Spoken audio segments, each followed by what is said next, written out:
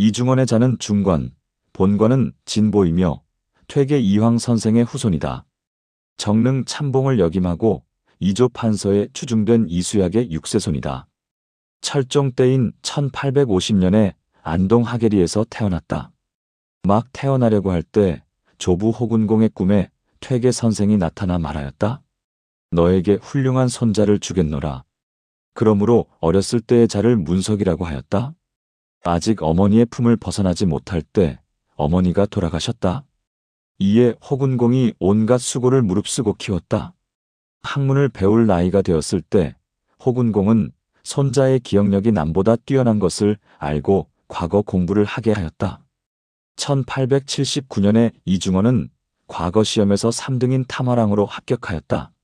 합격자 발표가 나기 전에 관례대로 상의원 직장에 임명되었다.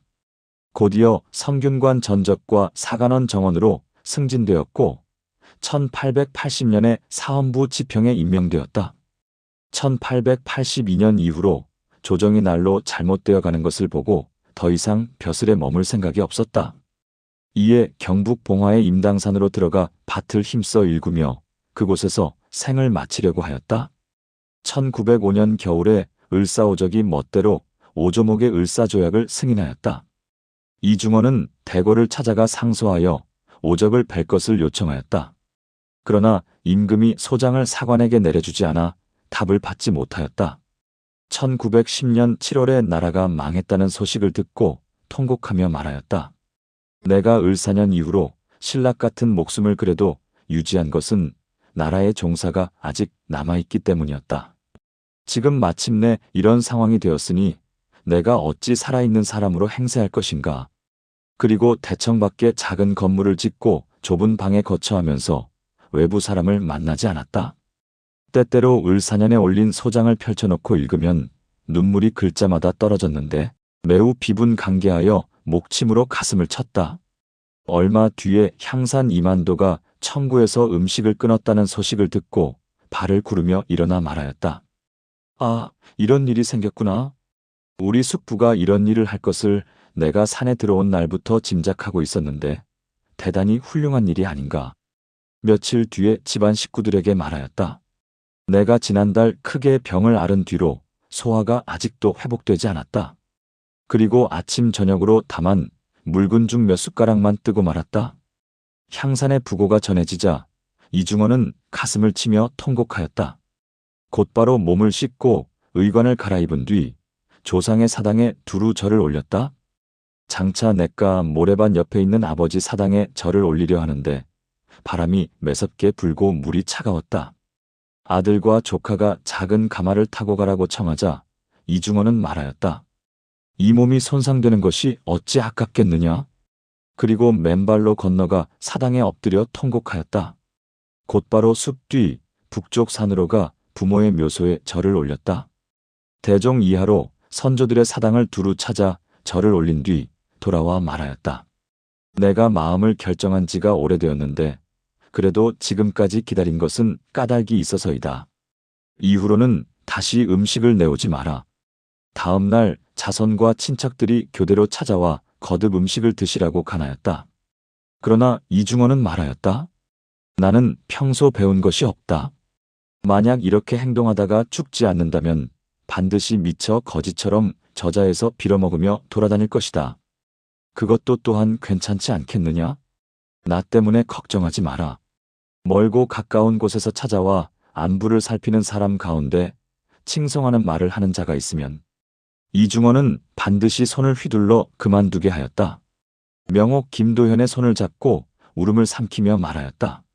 그대와 내가 아직도 죽지 않았으니 차마 이런 날을 서로 볼 수 있단 말인가. 6, 7일이 지났으나 정신은 더욱 맑았고 말과 행동은 더욱 온화하였다. 앉을 때는 반드시 옷을 단정히 하였고 누울 때는 반드시 발을 가지런히 모았다. 곁에서 모시는 딸이 눈물 흘리며 울고 외손자가 비쩍 말라가는 것을 마치 보지 못하는 것처럼 하였다. 다만 자신의 평소 마음을 드러내었는데 사람들은 간혹 그의 비분강개한 낯빛을 보았다. 하루는 일본 순사 등 서너 명이 와서 이중원을 곁에서 모시는 사람을 불러 음식을 올리라고 여러 방법으로 협박하였다. 이중원은 그때 베개의 기대 정신이 혼절한 상태였는데 갑자기 떨쳐 일어나며 말하였다. 빨리 저놈들을 쫓아내라. 아니면 내가 찔러 죽이겠다. 얼마 뒤에 곁에서 모시는 사람에게 명하여 상투와 두건을 바르게 하고 머리와 수염을 단정하게 빗게 하였다. 그리고 머리를 들어 옷깃을 여미고 바르게 누운 다음 세상을 떠났다. 이중원은 체구가 보통 사람보다 작으나 온몸이 쇳빛으로 대단히 강건하고 날렵하였다. 눈에서 비추는 빛은 사람을 꿰뚫어 보는 듯하였으며 목소리는 악기 소리처럼 맑고 낭랑하였다. 젊어서 담력이 있었는데 일찍이 이렇게 자부하였다. 맨손으로 호랑이를 잡고 맨발로 황하를 건너는 것을 나는 할 수 있다. 끓는 물에 달려들고 불을 밟고 지나는 것도 나는 할 수 있다. 그러나 타고난 본성은 자애롭고 어질며 따뜻하고 부드러웠다. 정성을 다하는 마음을 지녔으며 탁 트인 견해를 가졌다. 다른 사람이 자신보다 조금이라도 나은 선이나 능력이 있으면 반드시 그것을 본받으려 하였다. 의견이 맞지 않는 경우 간혹 온화한 분위기가 갑자기 차가운 분위기로 바뀌기도 하였지만 상대방이 이치를 들어 차근차근 설명하면 비록 나이가 어릴지라도 잘 이해하고 자연스럽게 받아들였다. 거세게 의견을 내세우다가 갑자기 부드러워졌으며 엄한 기운이 감돌던 얼굴이 순식간에 온화해졌다. 이치에 맞는 상대방의 의견을 듣고 난 뒤 잠깐 사이에 승복하니 마치 주장을 내세울 때와는 완전히 다른 사람처럼 보였다. 평소에 조상을 받들고 집안을 다스릴 때 크고 작은 모든 일을 대부분 다른 사람보다 훨씬 뛰어나게 처리하였다. 그의 호는 동은홍이다.